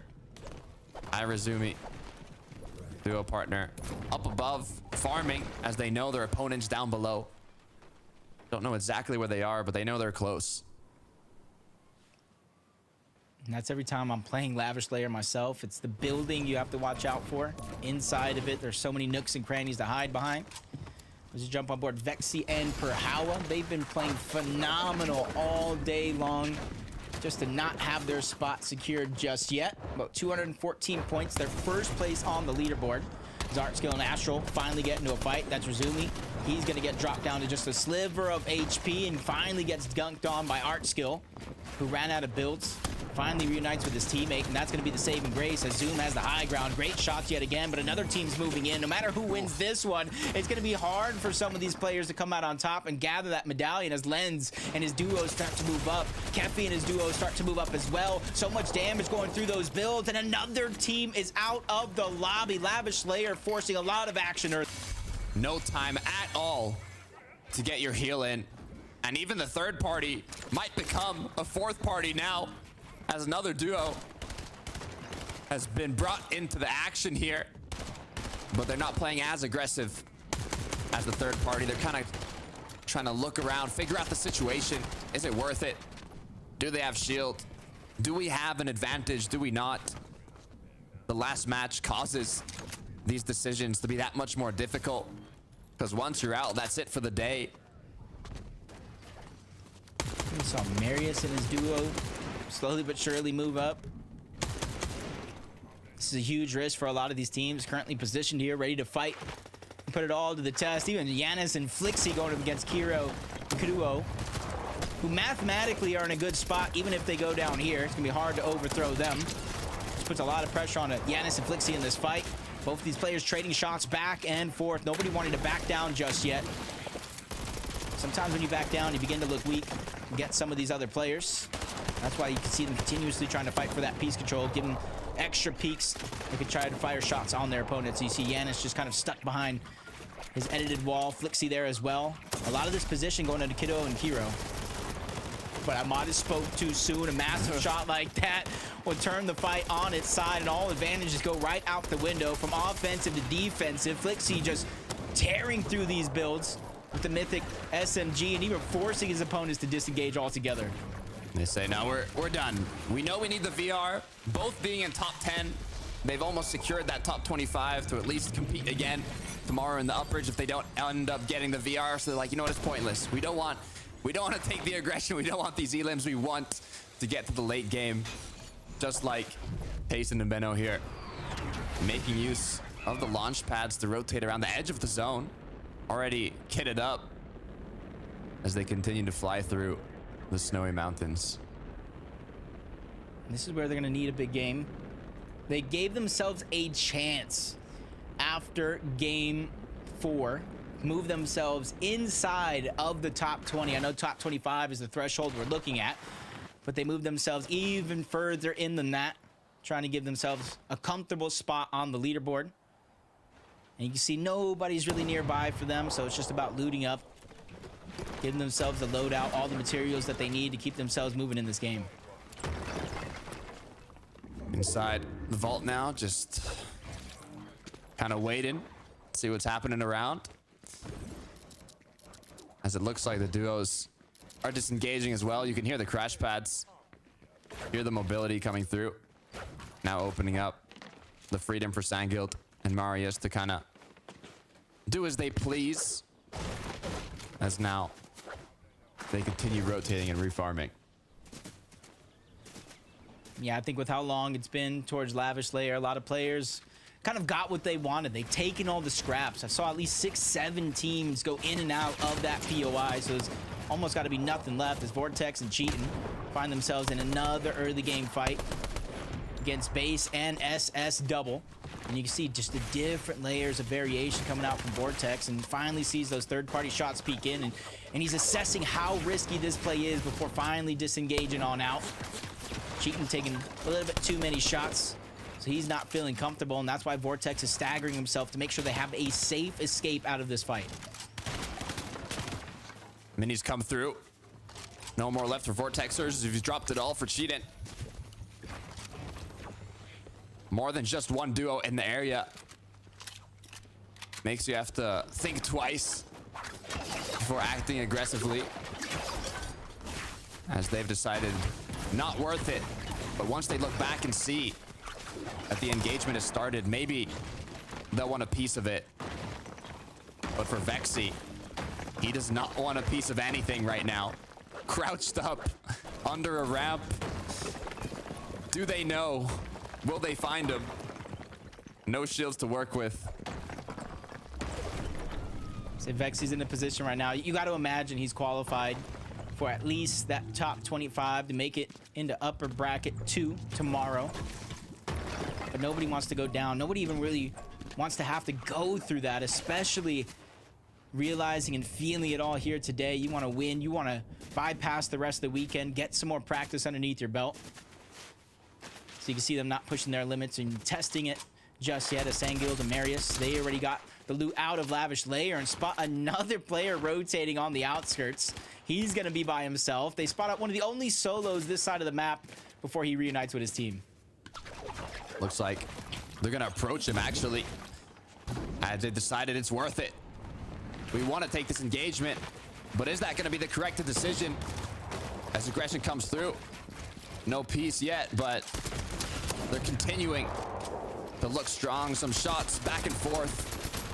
Only AR, nothing too tragic yet. Does have that mythic frenzy shotgun. If Marius is able to get up and close, get a bit personal with them, it could be what it takes to come out on top. But for now, you see both of these players, or all the teams, I should say, slow and steady, fighting for that piece control. Kefi and Relvis does try to get on out. Nearby of that team, Veno's gonna actually get knocked down by iDrop. Another one of our teams in the hunt. If they go down now at this stage in the game, I said they were about 20th place to start it off. All they can do is watch and hope that their point threshold stands as we jump on board Tayson, who's stuck by himself. We'll say it'd be a huge blessing if he already had the reboot card before he disengaged on out. Otherwise, he's just gonna be stuck on top of Grand Glacier, watching, waiting for that team to rotate away so that way he can finally get the card. Rotate continues. You can see iDrop there. And Neb's close by. Hero as well. No shield. They found Tayson. He thought he was sneaky, but not enough. Slipping on the ice is now forced to back up towards the zone. 2 medkits to out heal. I mean, we saw what Malabuka did in the last match, being able to reboot his duo partner. Everything's possible. Tayson just has to make it happen. I think if anybody can get this reboot back on, it is going to be him, but Kiro and Kuruo still in that same location, not moving too far off. Finally, Tayson sees some budging coming out of them, probably just getting the scraps that were left by not too long ago.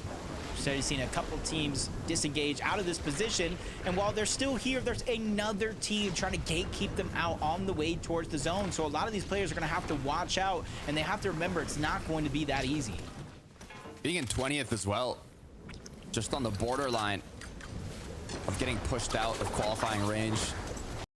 The upper day 2. Hey.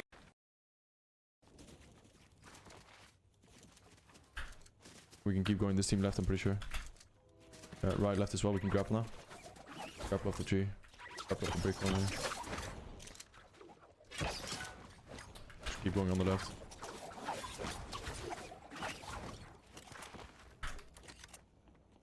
Wait for me a bit. I'm far behind you. Yeah. Team here. Yeah, you're almost in. Can you not just stay here and go on the left? There we can. I will just let you build. Yeah, I'm hiding back here. Somebody. Savage, you should come forward and look where you're going. Yes. I know we're almost in. Like we can just go here.